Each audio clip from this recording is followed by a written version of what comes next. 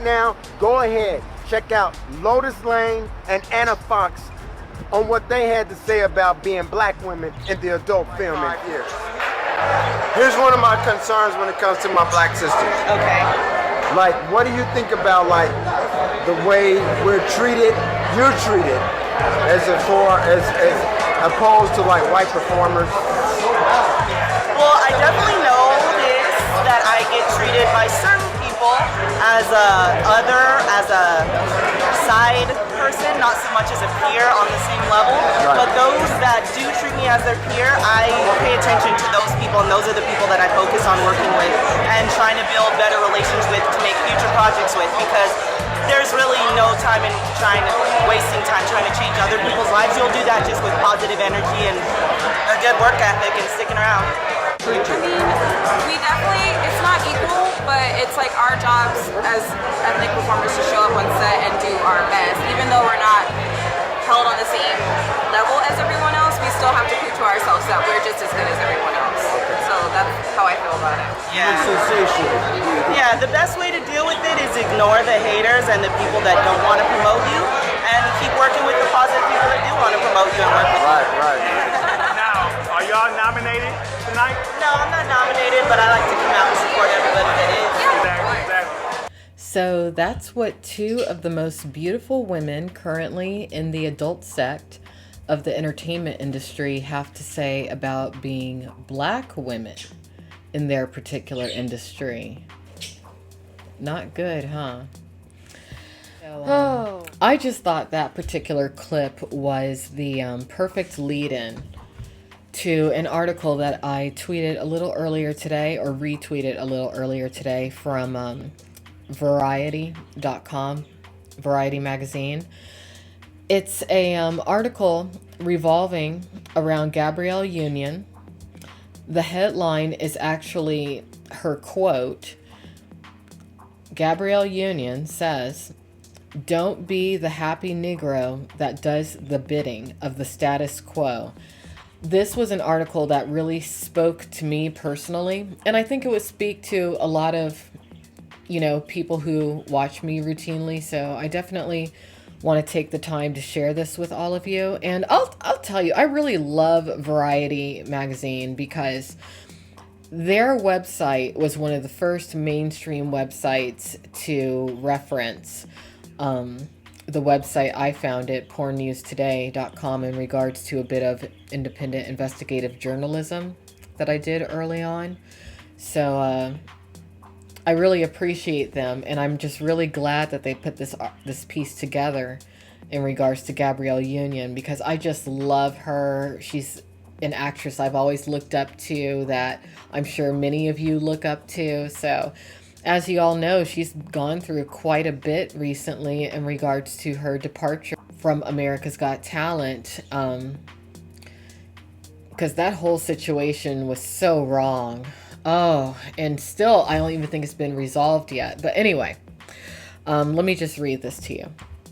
Speaking on a female empowerment and inclusivity panel at the launch of her holiday collection with New York & Company, Gabrielle Union alluded to her firing from America's Got Talent. While she did not specifically call out the NBC series, Union's comments marked the first time since her departure from the show that she addressed workplace inequalities in a public forum. Giving advice on being a leader in the workplace, Union said, "Don't be the happy Negro that does the bidding of the status quo because you're afraid. Don't allow them to call you angry when someone else is called passionate. It's terrifying. There's a solid chance you'll lose your job. I speak from experience," she quipped, though never mentioning America's Got Talent. "Do your best because corporations want global dollars," Union continued. "Do your best to try to hold the door open and hold people responsible. Yeah, I'm asking you to do the impossible. I'm fully aware that job loss is on the table, But if you're not doing it, nobody is.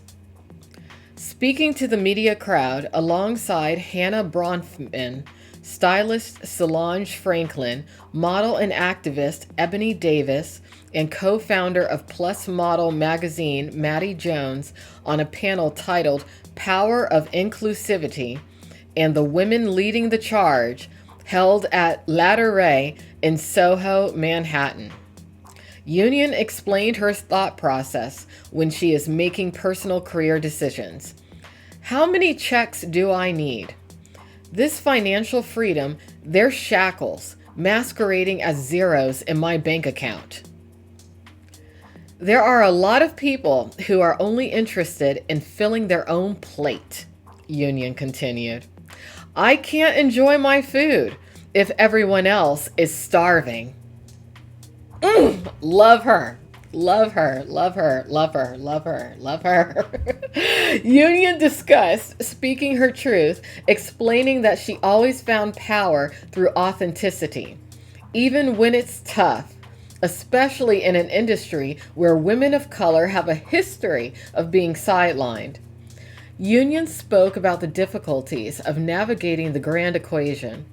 What will I lose? Throughout her entire life, using the analogy of, quote, being the chip in the cookie, end quote, the only black person in the room. Union explained that ever since she was a little girl, she has wrestled the challenges that come along with speaking up, even when you know you're speaking up for what's right. Quote, being the chip in the cookie. You are always in this situation where you are seeing things, hearing things, and you're presented with a choice of what kind of chip am I going to be? End quote, she explained.